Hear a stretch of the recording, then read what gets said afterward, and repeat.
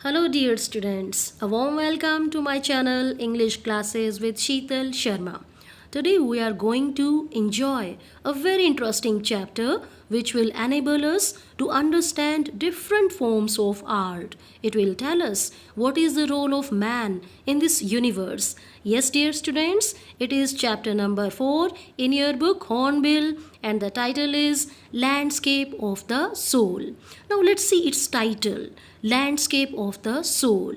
Landscape means एक ऐसी painting जिसमें माउंटेन, वाटर या किसी भी नेचुरल सीनरी को डिपिक्ट किया जाता है. और अब यहाँ पर है सोल, मन का, इनर स्पिरिट का, आत्मा का landscape. Really it's going to be very captivative and you will surely enjoy this chapter. Nathalie Trouviroy is the writer of this beautiful chapter. She is an art historian. In her works, she has tried to depict the mind, feelings, imagination, and psychology of different artists, different painters. अब बच्चों देखो, writer क्या हैं? एक art historian. उन्होंने बहुत सारे देशों की डिफरेंट आर्ट फॉर्म्स को माइन्यूटली ऑब्जर्व किया है. तो इस चैप्टर में भी वो हमें बताती हैं एशियन और यूरोपियन लैंडस्केप पेंटिंग में क्या डिफरेंस है. She contrasts the European form of landscape painting with the Asian form of art. Then she tells us what is the role of man in the universe. बच्चों, अब आपको भी बड़ी हैरानी होगी कि कैसे एशियन और यूरोपियन लैंडस्केप पेंटिंग के बीच डिफरेंस बताने के बाद वो सीधा ही एक डीप थॉट को प्रेजेंट कर देती हैं. आखिर इन दोनों कॉन्सेप्ट के बीच में क्या कनेक्शन है, ये सस्पेंस तो चैप्टर को पढ़ने के बाद ही पता चलेगा. Students, this chapter is an excerpt from Landscape of the Soul, Ethics and Spirituality in Chinese Painting. After a discussion of the difference between European and Asian painting, the writer presents an article which was written by Brinda Suri and it was published in Hindustan Times. The article tells us about the rock garden and its creator Nek Chand. So now let's start reading of this beautiful chapter. A wonderful old tale is told about the painter Wu Daozi who lived in the 8th century. बच्चों, जैसे हमारे देश में अलग अलग कहानियाँ सुनाई जाती हैं राजा, रानी, जादूगर, राक्षस के बारे में, तो ऐसे ही राइटर बताती हैं कि चाइना में भी अलग अलग तरीके की कहानी सुनाई जाती है. और वो चैप्टर के बिगिनिंग में ही बताती हैं एक चाइनीज़ पेंटर वू डाउजी के बारे में जो 8वीं शताब्दी में रहता था और उसके बारे में अद्भुत पुरानी कहानी सुनाई जाती है. क्या है उसकी कहानी? His last painting was a landscape commissioned by the Tang emperor Xuanzong to decorate a palace wall. उसकी आखिरी पेंटिंग थी एक लैंडस्केप जो उसने टैंग सम्राट ज़ुएंगज़ोंग के कहने से बनाई थी. बच्चों, टैंग चाइना की एक डायनेस्टी का नाम है. तो टैंग सम्राट ज़ुएंगज़ोंग ने इस पेंटर को ऑर्डर दिया कि एक लैंडस्केप पेंटिंग बनाई जाए. और किस चीज़ के लिए? To decorate a palace wall, महल की दीवार को सजाने के लिए एक पेंटिंग बनाई जाए. अब वू डाउजी ने ऐसी पेंटिंग बना दी. The master had hidden his work behind a screen so only the emperor would see it. अब यहाँ पर मास्टर है वू डाउजी. वू डाउजी ने पेंटिंग तो बना दी लेकिन उसे एक स्क्रीन, एक पर्दे के पीछे छिपा दिया ताकि केवल सम्राट ही इसको देख सके. For a long while the emperor admired the wonderful scene, discovering forests, high mountains, waterfalls, clouds floating in an immense sky, men on hilly paths, birds in flight. अब देखो बच्चों, क्योंकि हम बता चुके हैं कि एक लैंडस्केप पेंटिंग थी तो इस पेंटिंग में बहुत ही अद्भुत नज़ारे थे. बड़े बड़े फॉरेस्ट थे, ऊंचे पर्वत, झरने, असीम आसमान में तैरते हुए बादल और पहाड़ी रास्तों पर चलते हुए आदमी और आसमान में उड़ते हुए पक्षी. तो जब सम्राट ने इस पेंटिंग को देखा तो वो काफ़ी लंबे समय तक इस पेंटिंग की तारीफ करता रहा. Look, sir, said the painter, in this cave at the foot of the mountain dwells a spirit. Painter बोला, महाराज देखिए, इस गुफा में पहाड़ के नीचे एक आत्मा रहती है. The painter clapped his hands and the entrance to the cave opened. उस पेंटर ने ताली बजाई और गुफा का दरवाजा खुल गया. यस बच्चों, है ना हैरानी की बात, कैसे एक पेंटिंग में कोई एंटर करने वाला था. यस, ये पेंटर महाराज के साथ पेंटिंग में एंटर करने वाला है. The inside is splendid beyond anything words can convey. Please let me show your majesty the way. महाराज, गुफा के अंदर तो बहुत ही शानदार नज़ारा है, शब्दों में इसकी खूबसूरती को बयां किया ही नहीं जा सकता. आइए महाराज, कृपया मुझे रास्ता दिखाने दीजिए. बच्चों, बहुत ही अजीब सी बात है, ये पेंटर वुडाउजी महाराज के साथ पेंटिंग में बनी हुई गुफा में एंटर करने वाला है. The painter entered the cave. Painter गुफा के अंदर घुस गया. But the entrance closed behind him. लेकिन जैसे ही वो गुफा के अंदर घुसा तो गुफा का दरवाजा उसके पीछे से बंद हो गया. And before the astonished emperor could move or utter a word the painting had vanished from the wall. और उससे पहले कि हैरान सम्राट हिल पाता या कोई शब्द बोल ही पाता, पेंटिंग दीवार से ही वैनिश हो गई. बच्चों, पेंटिंग दीवार से गायब हो गई थी. Not a trace of Wu Daozi's brush was left. Wu Daozi के ब्रश का कोई भी निशान नहीं बचा था. And the artist was never seen again in this world. और इस दुनिया में उस कलाकार को, उस पेंटर वुडाउजी को फिर कभी दोबारा नहीं देखा गया. So this is the amazing story which is told in China. Then the writer says, such stories played an important part in China's classical education. ऐसी कहानियाँ चाइना की प्राचीन शिक्षा का एक महत्वपूर्ण हिस्सा हैं. The books of Confucius and Zhuangzi are full of them.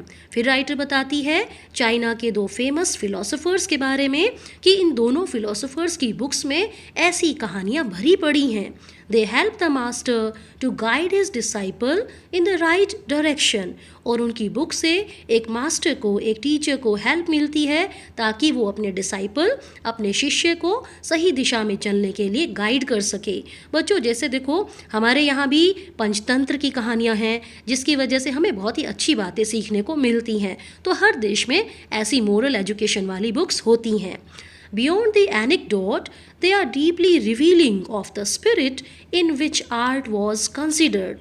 अब राइटर कहती हैं एनेक्डोट के अलावा, anecdote means a short amusing story about a real incident, कि ये बुक्स कहानियाँ तो बताती ही हैं, साथ ही साथ ये उस स्पिरिट, उस भावना या फीलिंग को भी रिवील करती हैं, बताती हैं, जिसके थ्रू एक आर्ट को कंसिडर किया जाता है, जिससे कला के बारे में विचार किया जाता है.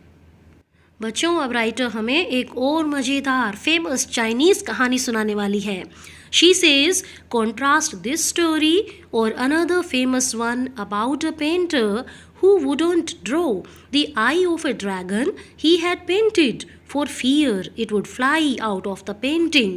राइटर कहती हैं कि एक और फेमस कहानी एक पेंटर के बारे में जिसने ड्रैगन को पेंट कर लिया लेकिन उसकी आंख ड्रॉ नहीं की क्योंकि उसे डर लग रहा था कि ये ड्रैगन पेंटिंग में से उड़कर बाहर आ जाएगा.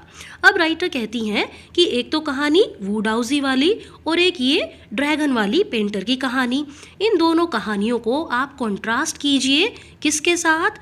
With an old story from my native Flanders that I find most representative of western painting.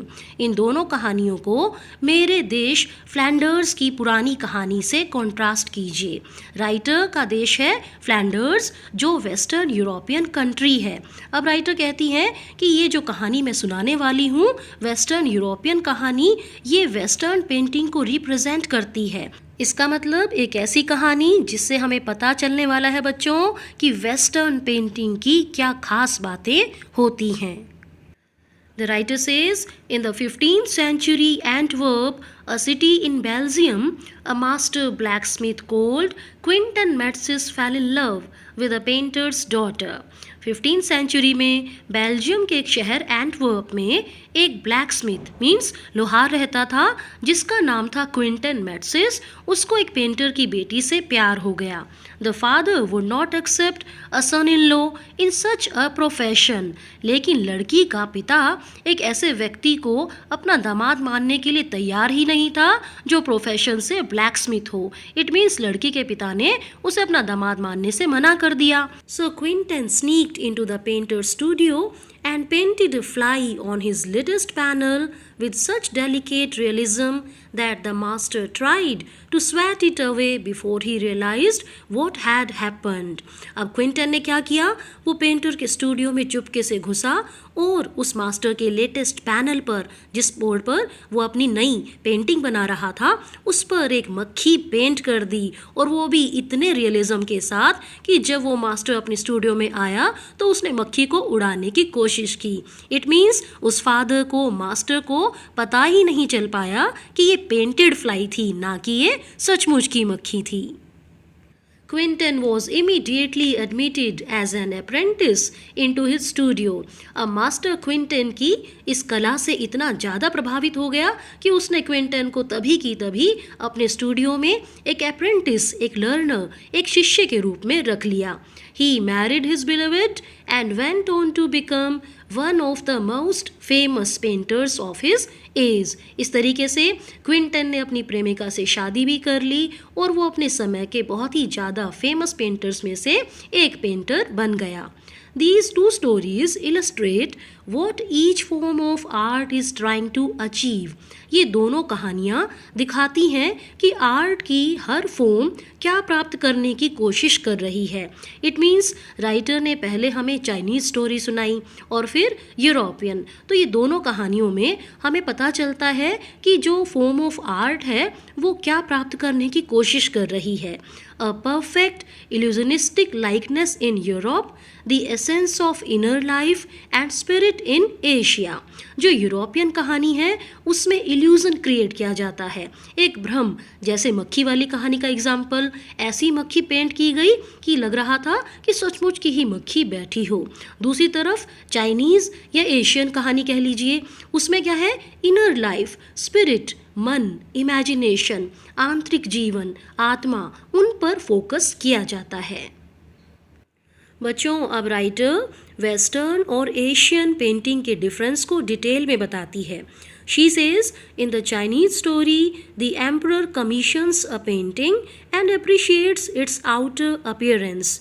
Chinese story में क्या होता है, एक सम्राट पेंटिंग को बनवा लेता है और फिर उसको देखकर उसकी तारीफ करता है, लेकिन एम्परर उसके केवल बाहरी अपीयरेंस को ही देख पाता है।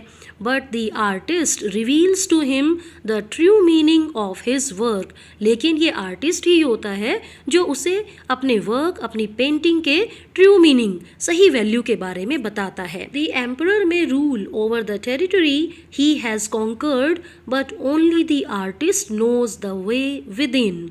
अब राइटर कहती हैं कि एक सम्राट उन जगहों पर, उन राज्यों पर जो उसने जीते होते हैं, उन पर शासन कर सकता है, लेकिन एक आर्टिस्ट ही जानता है कि पेंटिंग के अंदर का रास्ता कहाँ पर है, किधर जाता है।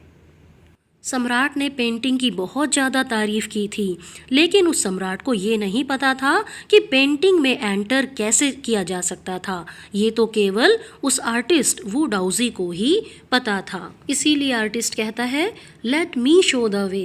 सम्राट, मुझे रास्ता दिखाने दीजिए। The Dao, a word that means both the path और the method and the mysterious works of the universe. Dao एक ऐसा शब्द है जो चाइनीज़ शब्द है, इसका मतलब है रास्ता या तरीका और इस दुनिया के रहस्यमयी काम। The painting is gone, but the artist has reached his goal beyond any material appearance. अब देखो, वू डाउजी की पेंटिंग का ही जिक्र चल रहा है, उसमें पेंटिंग गायब हो जाती है, लेकिन ऐसा लगता है कि वो कलाकार वू डाउजी मानो अपनी मंजिल पर पहुंच गया हो और उसका जो मकसद था वो किसी मटीरियल अपीयरेंस से दूर था। इसका मतलब भौतिकता से दूर, उसको सिर्फ महसूस ही किया जा सकता है। बच्चों, यहाँ पर राइटर कहना चाहती है कि एशियन पेंटिंग में पेंटर या आर्टिस्ट की इमेजिनेशन का बहुत ज़्यादा रोल होता है, उसके माइंड इमेजिनेशन पर ही फोकस होता है।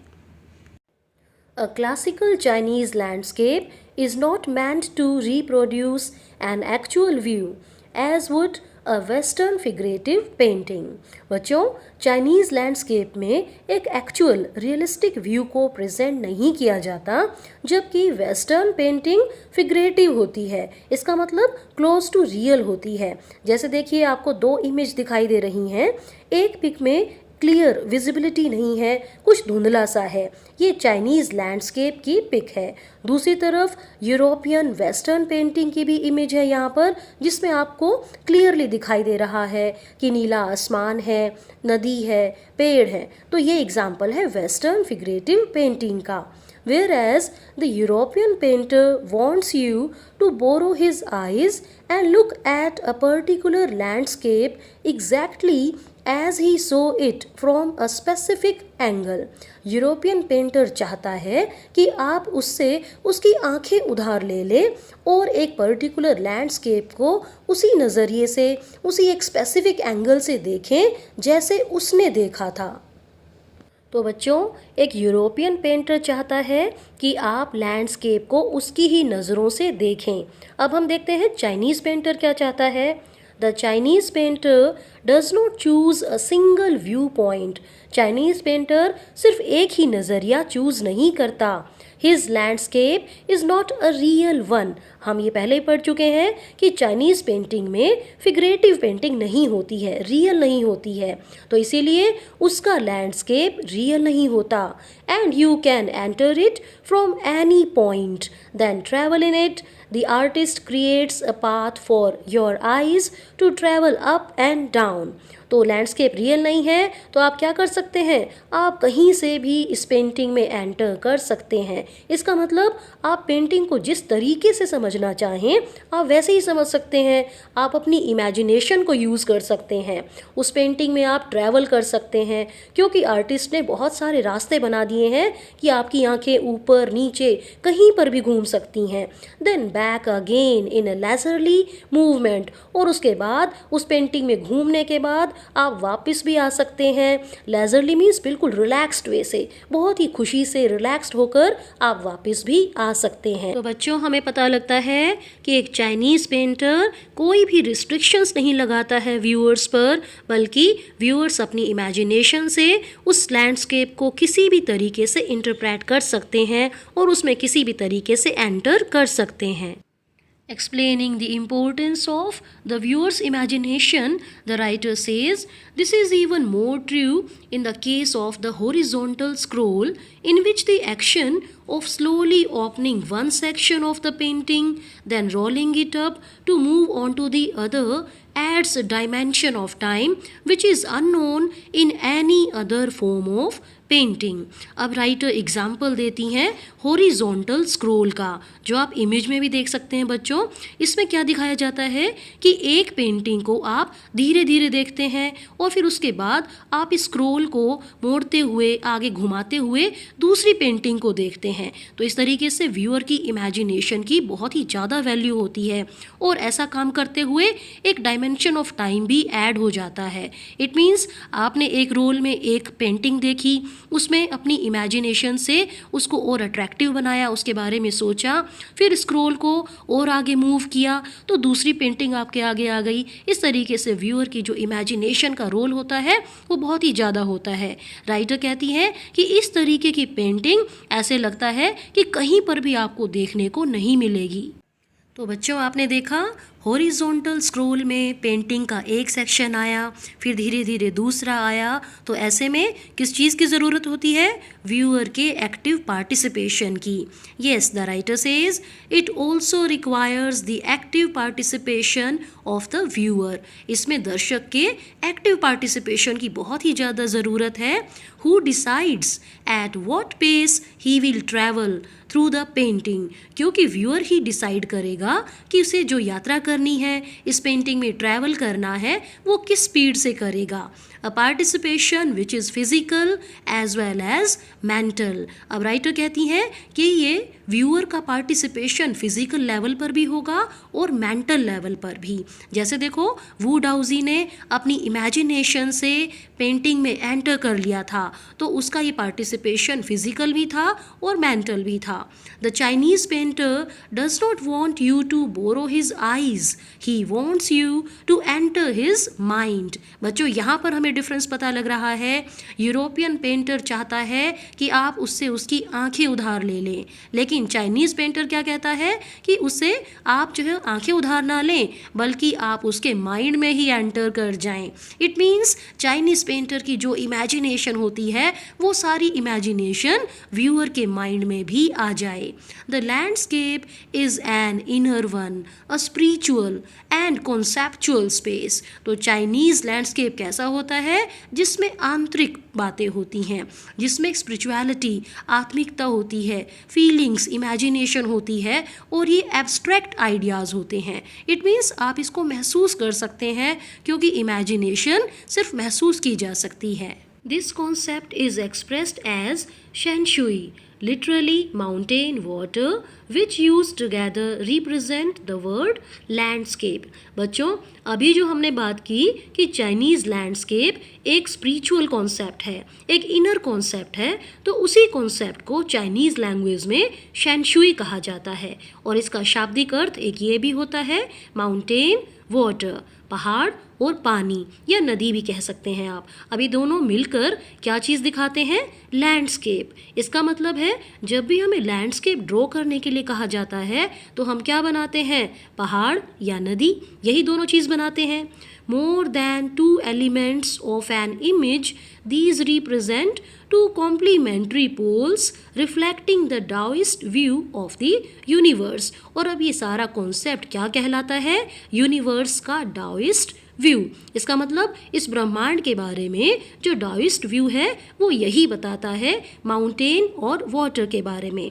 अब ये दोनों ही चीज़ें आपस में एक दूसरे के लिए कॉम्प्लीमेंट्री पोल्स हैं, एक दूसरे की पूरक हैं। जैसे देखो हम कहते हैं कि सोसाइटी में मैन और वुमन दोनों ही ज़रूरी हैं, दोनों एक दूसरे के पूरक हैं, दोनों के बिना ही सोसाइटी संभव नहीं है। तो ऐसा ही ये कॉन्सेप्ट है जिसमें दोनों की वैल्यू होती है माउंटेन एंड वाटर की। इसको चाइनीज़ लैंग्वेज में शेंशुई भी कहते हैं, और यही यूनिवर्स का डाओइस्ट नज़रिया या व्यू भी कहलाता है। अब राइटर माउंटेन और वाटर के कॉन्सेप्ट को ही थोड़ा और डिटेल में बताती हैं। The mountain is yang, reaching vertically towards heaven, stable, warm and dry in the sun. Mountain की शेप देखिए, ये कैसे है, वर्टिकल शेप है, और इसको चाइनीज़ लैंग्वेज में यांग कहते हैं। ये वर्टिकल शेप में खड़ा है और ऐसे लग रहा है कि स्वर्ग को ही छूने वाला है। स्टेबल, ये स्थिर खड़ा है। वार्म है, गर्म है, एंड ड्राई इन द सन, और धूप में ये सूख भी गया है, शुष्क भी है।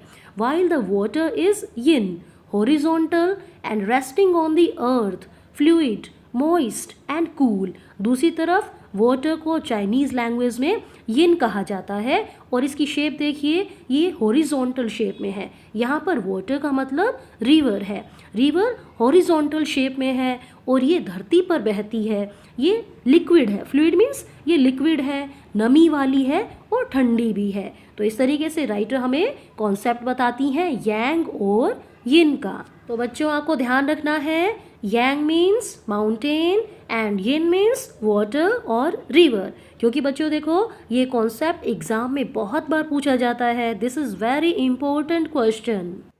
और बच्चों अब राइटर बताती हैं यिन और यांग के इंटरेक्शन के बारे में।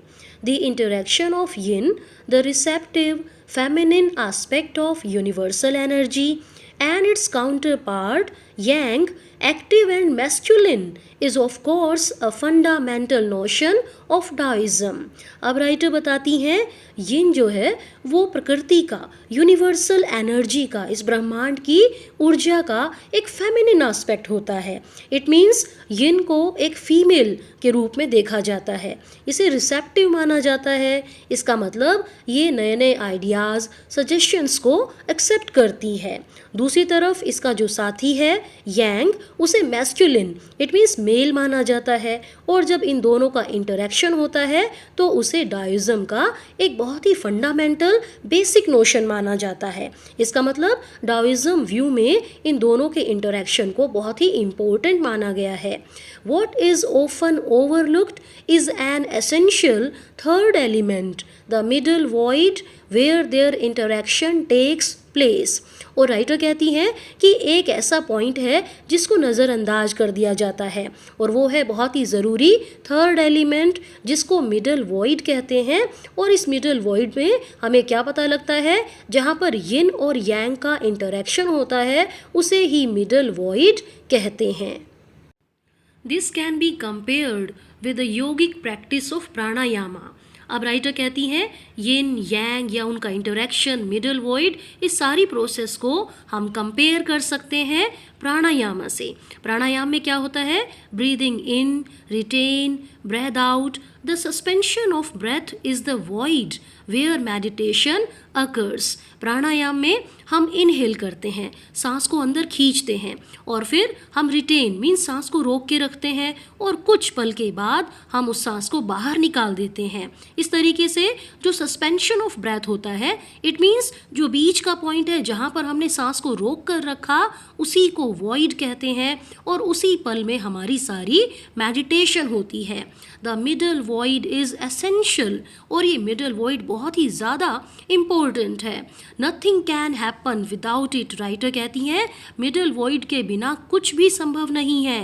And the importance of the white unpainted space in Chinese landscape. और अब राइटर वापस उसी कॉन्सेप्ट पर आ जाती हैं कि जैसे चाइनीज़ लैंडस्केप में जो जगह खाली छोड़ दी गई थी, जो वाइट थी, जिसको पेंट नहीं किया गया था, उसी को मिडल वॉइड भी कह सकते हैं। वो ऐसा ही पॉइंट था जहाँ पर व्यूअर को अपनी इमेजिनेशन दिखानी है। तो इस तरीके से सारी प्रोसेस को राइटर प्राणायाम से जोड़ती हैं। यिन यांग मिडल वॉइड का कॉन्सेप्ट, एक तरफ प्राणायाम का कॉन्सेप्ट और एक तरफ चाइनीज़ लैंडस्केप में वो कनेक्शन बताती हैं। Now the writer explains the role of man in the universe। बच्चों देखो, जैसे आपको इमेज दिखाई दे रही है, एक तरफ हेवन है, दूसरी तरफ अर्थ है, और बीच में मैन खड़ा है। ऐसे ही आप कह सकते हैं यिन है, यांग है, और बीच में मिडल वॉइड है। तो मिडल वॉइड की बात करते हुए ही राइटर हमें मैन के रोल के बारे में बताती हैं। This is also where man finds a fundamental role in that space between heaven and earth. ये वही जगह है जहाँ पर मैन का एक बहुत ही इम्पोर्टेंट रोल है, वो हेवन और अर्थ के बीच में खड़ा है।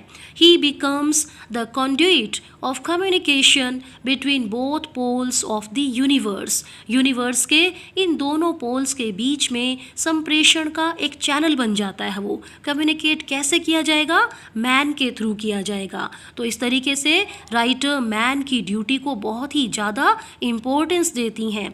वो मैन को मानती हैं कि उसे अपनी रिस्पॉन्सिबिलिटी लेनी चाहिए, क्योंकि उसे भगवान ने बहुत ही एक ज़रूरी काम सौंपा है। वो हेवन और अर्थ के बीच का एक चैनल है, ताकि आपस में भगवान की तरफ से मानो एक संदेश पहुंचाया जा सके धरती पर। और वो संदेश कौन पहुंचाएगा, मैन, इंसान।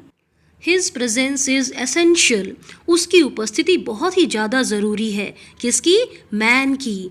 Even if it's only suggested, चाहे ये केवल सुझाव ही हो।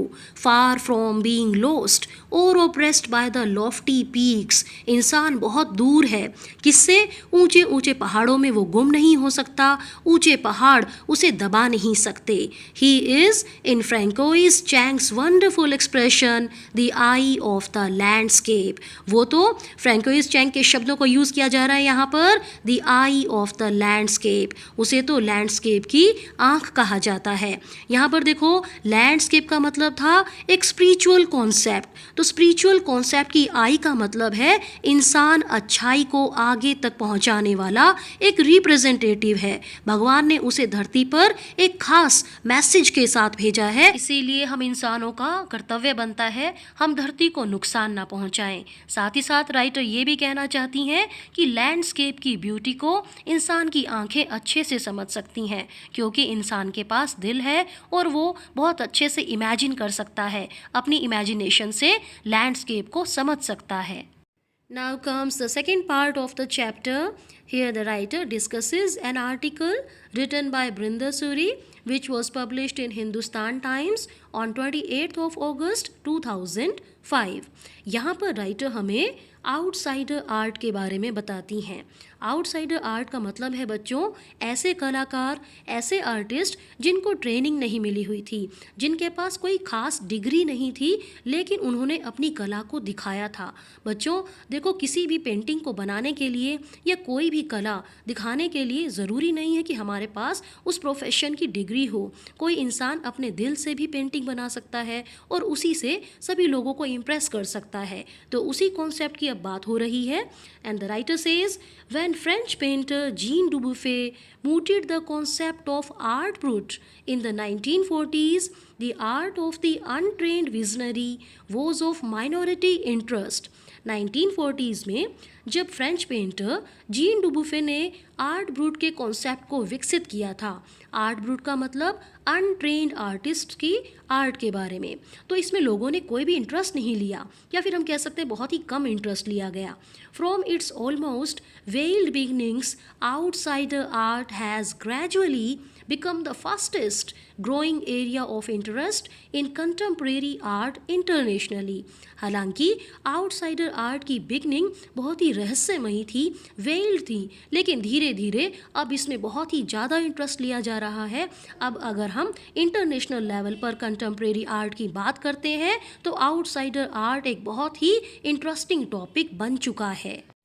This genre is described as the art of those who have no right to be artists, as they have received no formal training yet show talent and artistic insight. Genre का मतलब होता है बच्चों अ काइंड ऑफ लिटरेरी और artistic work. यहाँ पर इसका मतलब है अनट्रेन्ड आर्टिस्ट की कला। तो उन लोगों के बारे में क्या कहा जाता है? ऐसे कलाकार जिनको कोई फॉर्मल ट्रेनिंग ही नहीं मिली है, जिन्होंने औपचारिक ट्रेनिंग नहीं ली, इसीलिए उन्हें अधिकार ही नहीं है किस चीज़ का? आर्टिस्ट कहलाने का। हालांकि फिर भी ये सभी आर्टिस्ट अपना टैलेंट दिखाते हैं, अपनी आर्टिस्टिक इंसाइट दिखाते हैं। इंसाइट का मतलब होता है बच्चों capacity to gain something, to understand something deeply. Their works are a stimulating contrast to a lot of mainstream offerings. और ऐसे आर्टिस्ट का कला, उनके वर्क एक कॉन्ट्रास्ट में होते हैं। किसके कॉन्ट्रास्ट में? मेन स्ट्रीम ऑफरिंग्स में। मेन स्ट्रीम ऑफरिंग का मतलब है वे कलाकार जिन्होंने ट्रेनिंग ली हुई है, वे कलाकार जो मुख्य धारा से जुड़े हुए हैं, वे कलाकार जो ट्रेडिशनल वे ऑफ पेंटिंग को फॉलो करते हैं। Around the time Dubuffet was propounding his concept in India, an untutored genius was creating paradise. बच्चों वो समय जब डुबुफे अपने आर्ट ब्रूट के कॉन्सेप्ट को दुनिया के सामने रख रहे थे, उस समय इंडिया में एक अनट्रेन्ड, अनट्यूटर्ड, टैलेंटेड व्यक्ति स्वर्ग का निर्माण कर रहा था। Years ago, the little patch of jungle that he began clearing to make himself a garden sculpted with stone and recycled material is known to the world today as the rock garden eight Chandigarh. बच्चों आप सबको पता होगा चंडीगढ़ का rock garden आज पूरी दुनिया में बहुत ही फेमस है, लेकिन इसके पीछे कितनी मेहनत लगी है वो राइटर हमें यहाँ पर बताती हैं। ईयर्स अगो, बहुत सालों पहले, द लिटिल पैच ऑफ जंगल, जंगल के छोटे से टुकड़े को ही बिगैन क्लियरिंग, उसने साफ करना शुरू किया और एक गार्डन बना लिया खुद के लिए। गार्डन में क्या क्या था?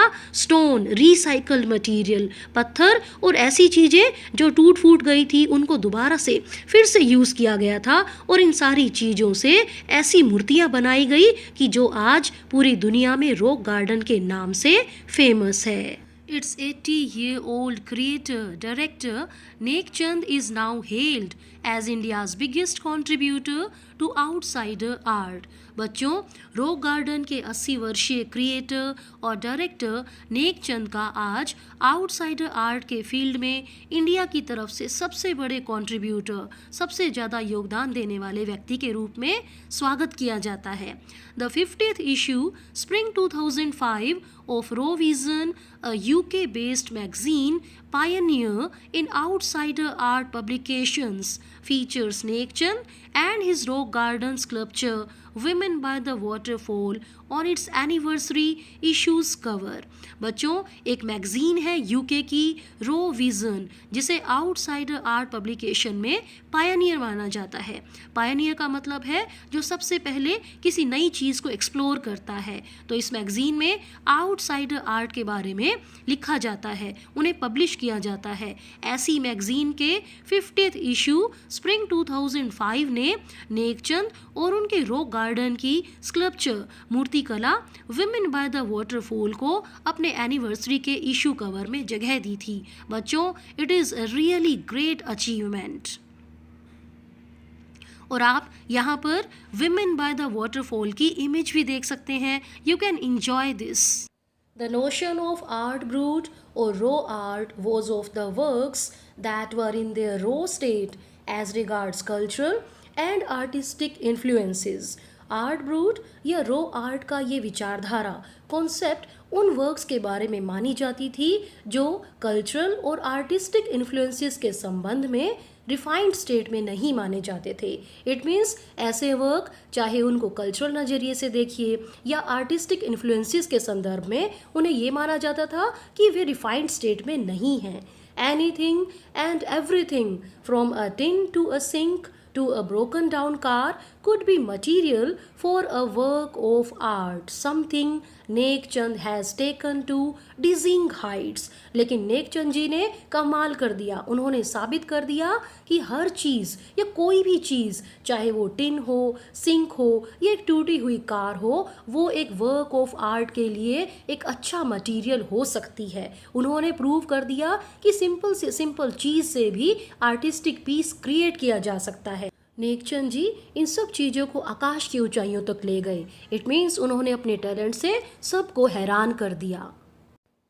Recognizing his art as an outstanding testimony of the difference a single man can make when he lives his dream, the Swiss Commission for UNESCO will be honoring him by way of a European exposition of his works. उनके इस art को मान सम्मान देते हुए, किस रूप में, एक आउटस्टैंडिंग टेस्टिमनी मानते हुए, एक उत्कृष्ट प्रमाण मानते हुए, किस बात का, कि कैसे एक सिंगल आदमी भी कितना बड़ा डिफरेंस क्रिएट कर सकता है जब वह अपने सपने को जीने लग जाता है। इट मीन्स जब एक व्यक्ति अपने सपने को जी जान लगाकर पूरा करना चाहता है तो वो इम्पॉसिबल को पॉसिबल में बदल देता है। ऐसा ही नेक चंद जी ने करके दिखाया और उनकी इस कला को मान सम्मान देते हुए स्विस कमीशन फॉर यूनेस्को ने डिसाइड किया है कि वो उन्हें, उनके वर्क्स को यूरोपियन एक्सपोजिशन, यूरोपियन प्रदर्शनी लगाकर उन्हें मान सम्मान देंगे। The 5-month interactive show Realm of Nek Chand beginning October will be held at leading museums in Switzerland, Belgium, France and Italy. एक बड़ा सा शो जिसका नाम होगा रेल्म किंगडम ऑफ नेक चंद, जो अक्टूबर के महीने में स्टार्ट होगा और 5 महीने तक लगातार चलेगा। इसे स्विट्ज़रलैंड, बेल्जियम, फ्रांस और इटली के लीडिंग मुख्य म्यूजियम्स में आयोजित किया जाएगा। The biggest reward is walking through the garden and seeing people enjoy my creation, neck Chand says. अब चाहे कितनी ही संस्थाएं नेक चंद जी को बहुत बड़े बड़े रिवॉर्ड दे रही हों, लेकिन नेक चंद जी के अनुसार, उनके अकॉर्डिंग सबसे बड़ा रिवॉर्ड है उस गार्डन में चलना और ये देखना कि कैसे लोग उनकी क्रिएशन को इंजॉय करते हैं। So this was the article written by Brinda Suri and it was published in Hindustan Times on 28th of August 2005. So this was all about the chapter. I hope you have enjoyed it. And in the end, dear students, I would like to say art is life and life is an art. So live your life in an artistic way, and to get more videos, please subscribe to my channel English Classes with Sheetal Sharma. Thank you very much for watching this video.